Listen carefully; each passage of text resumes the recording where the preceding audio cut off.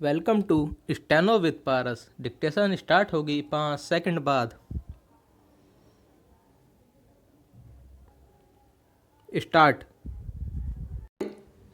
IIT और medical कॉलेजों में प्रवेश के लिए राष्ट्रीय स्तर पर होने वाली परीक्षाओं जेईई और नीट को लेकर जैसी संकीर्ण राजनीति का परिचय दिया जा रहा है वह दुर्भाग्यपूर्ण है।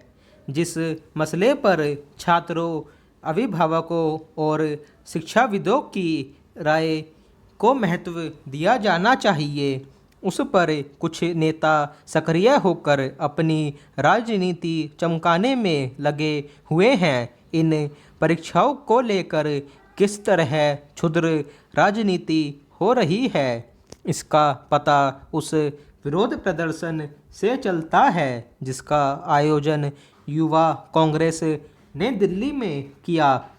क्या यह हास्यास्पद नहीं कि कांग्रेस के युवा तो विरोध प्रदर्शन के लिए सड़कों पर जमा हो सकते हैं, लेकिन इंजीनियरिंग और मेडिकल परीक्षा की तैयारी कर रहे छात्र जरूरी सावधानी बरतते हुए परीक्षा नहीं दे सकते।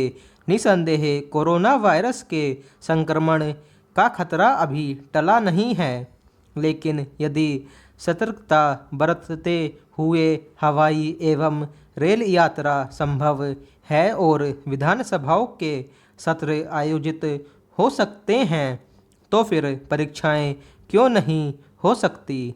कुछ राजनीतिक दलों की ओर से यह जो माहौल बनाया जा रहा है कि सरकार कोरोना संक्रमण के इस दौर में छात्रों की सेहत की चिंता करने को तैयार नहीं, वह एक किस्म की राजनीतिक शरारत ही है। आखिर कोई भी सरकार बेवजह छात्रों को परेशानी में डालने का काम क्यों करेगी, इससे उसे क्या हासिल होगा। पहला, जब शिक्षाविद यह कह रहे हैं कि परीक्षाओं को और टालने से छात्रों का पूरा एक वर्ष बर्बाद हो सकता है, तो उस पर गौर किया जाना चाहिए।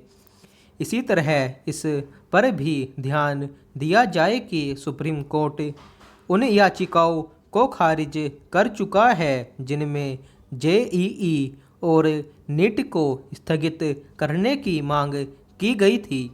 सुप्रीम कोर्ट इसी नतीजे पर पहुंचा था कि ये परीक्षाएं फिर से स्थगित करने से लाखों छात्रों को अपने करियर का एक साल गंवाना पड़ सकता है।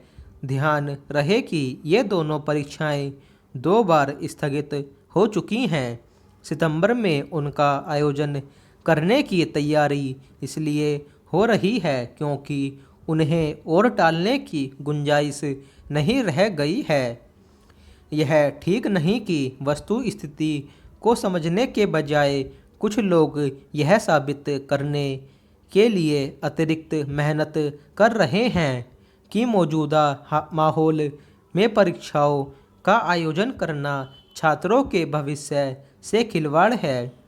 वस्तुतः खिलवाड़ तो छात्रों की आड़ में की जाने वाली सस्ती राजनीति है। इससे इनकार नहीं कि ग्रामीण इलाकों के छात्रों को परीक्षा केंद्र तक पहुंचने में कुछ समस्या आ सकती है, लेकिन इसका यह अर्थ नहीं कि परीक्षाओं का विरोध किया जाए। कायदे से जोर इस पर दिया जाना चाहिए कि इस समस्या को दूर करने के कदम उठाए जाएं। स्टॉप।